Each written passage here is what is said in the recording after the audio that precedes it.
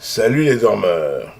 Alors vous avez remarqué, maintenant on se retire. Vous savez, quand il n'y avait pas encore le préservatif et encore moins la pilule, l'homme avait pour fonction de se retirer afin que sa partenaire ne tombe point enceinte. Eh bien aujourd'hui, il en va de même pour le gouvernant. Il retire la taxe carbone. Il retire peut-être le bouclier fiscal. Formidable, c'est l'histoire du bouclier fiscal.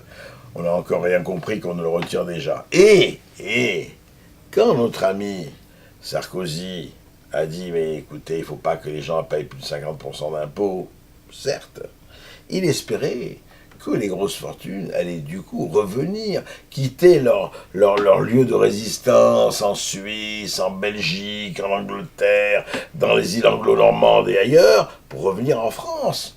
Eh bien non, eh bien non. Il paraît encore que l'argent s'exile, que ces riches s'en vont. C'est incroyable quand même. Enfin, on ne comprend pas. Ils nous font des fois des déclarations, je pense à certains acteurs, à certains chanteurs, mais pleines de patriotisme, plein de la France, c'est ça qui m'a fait, la France qui m'a servi. Et puis, certes, la France, c'est ce qu'elle m'a fait, mais mon fric, lui, il vaut mieux qu'il soit ailleurs. Alors, toute cette espèce de retrait de loi, de fiscal, la taxe carbone, est-ce que c'est, et tout cela, est-ce que ça veut dire que nos gouvernants n'ont plus de cohésion, de cohérence et changent d'avis comme de chemise? Non.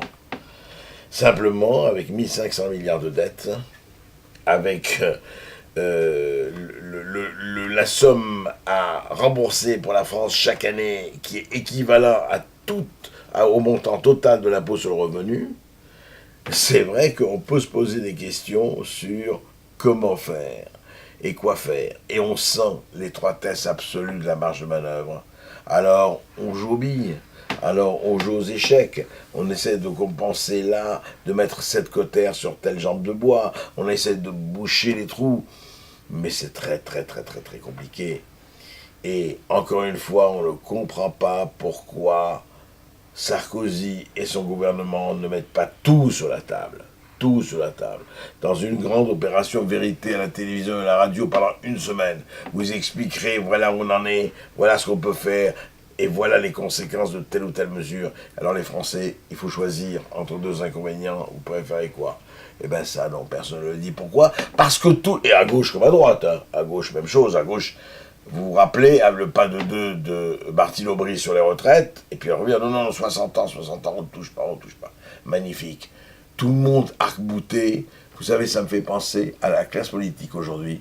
Me fait penser à ces lemmings ou à ces boutons de panurge qui arrivent au bord de la falaise et qui sautent agréablement et qui, à 50 mètres de la plage où ils vont s'écraser, disent « jusqu'ici, tout va bien ». Et bien voilà, nous sommes dans le jusqu'ici, tout va bien.